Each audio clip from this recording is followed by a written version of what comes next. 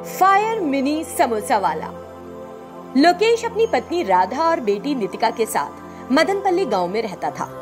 वह अपनी ठेला गाड़ी पर समोसे बेचकर अपना परिवार चला रहा था।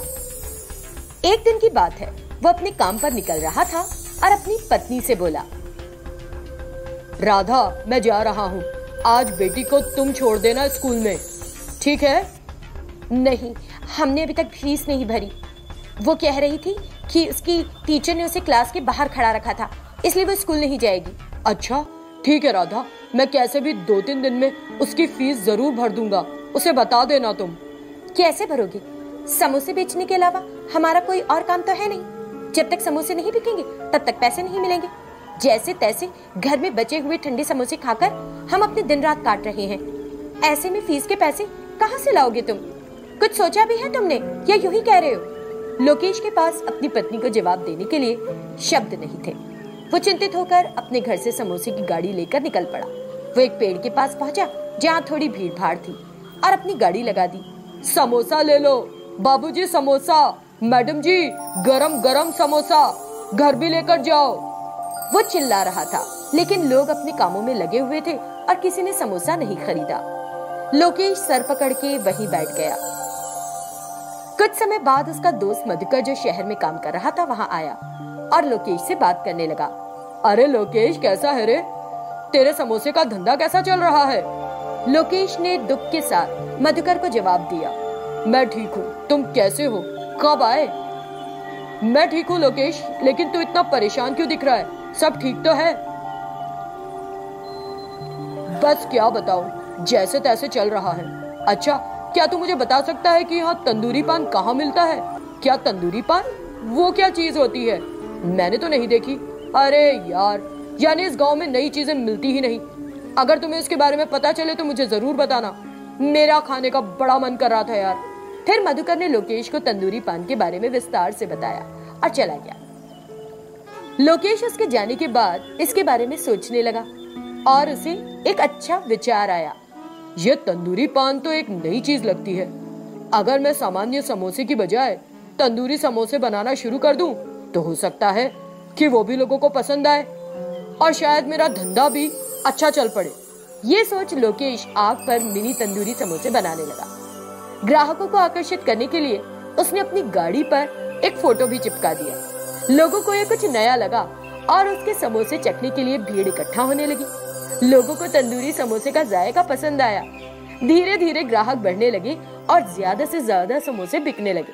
दिन ब दिन लोकेश की आमदनी बढ़ती गई, जिससे उसने नया घर और नई कार खरीद ली। अब वो एक अमीर आदमी हो गया था। उसका आर्थिक संघर्ष पूरी तरह समाप्त हो गया। कैलाश पर्वत पर विनायक अपने मूषक की तलाश कर रहे थे, लेकिन पता नहीं वो कहाँ चला गया था। मूषक, मूषक, तुम कहाँ हो? मूषक को खोजते हुए उन्होंने अचानक कुछ बच्चों के हंसने की आवाज सुनी। फिर वो सोचने लगे कि आखिर ये हंसी की आवाज आई कहाँ से थी, और उन्होंने नीचे धरती की ओर देखा।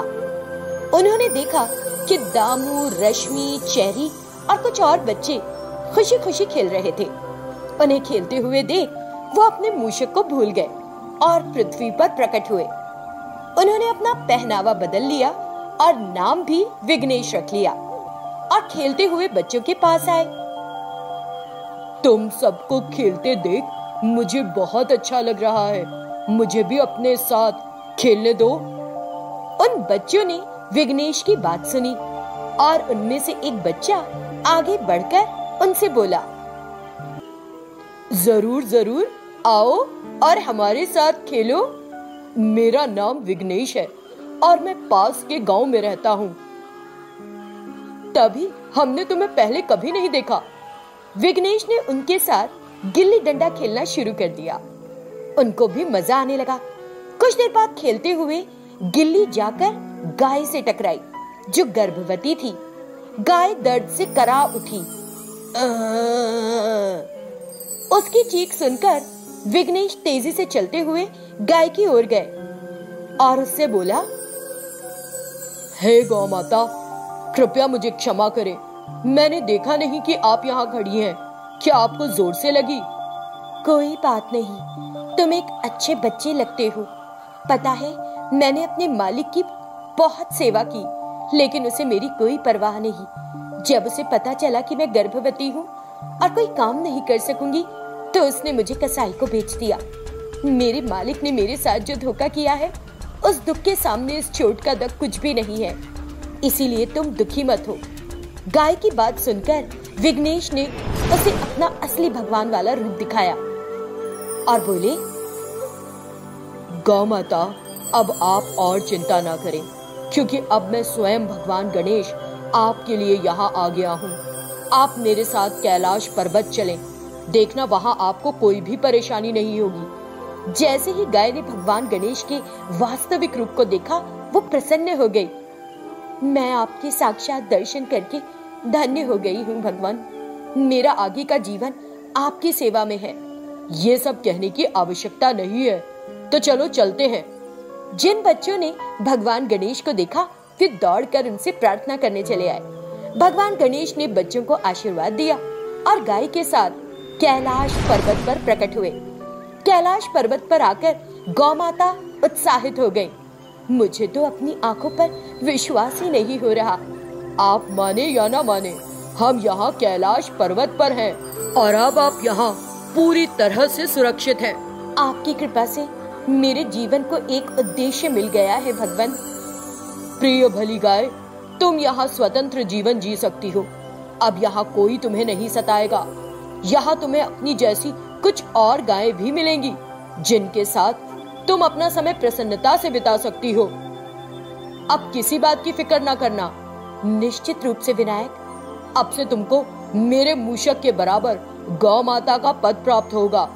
अब से तुमको विनायक गाय के रूप में संबोधित किया जाएगा। हे भगवान, मुझे लगता है कि अब मेरे जीवन को इसका सही अर्थ मिल गया। अब से मैं विनायक की गाय के रूप में बाकी का जीवन बिताऊंगी। फिर गौ माता ने अश्रुपूर्ण आंखों से सिर झुकाकर देव का आभार मानते हुए उन्हें नमन किया।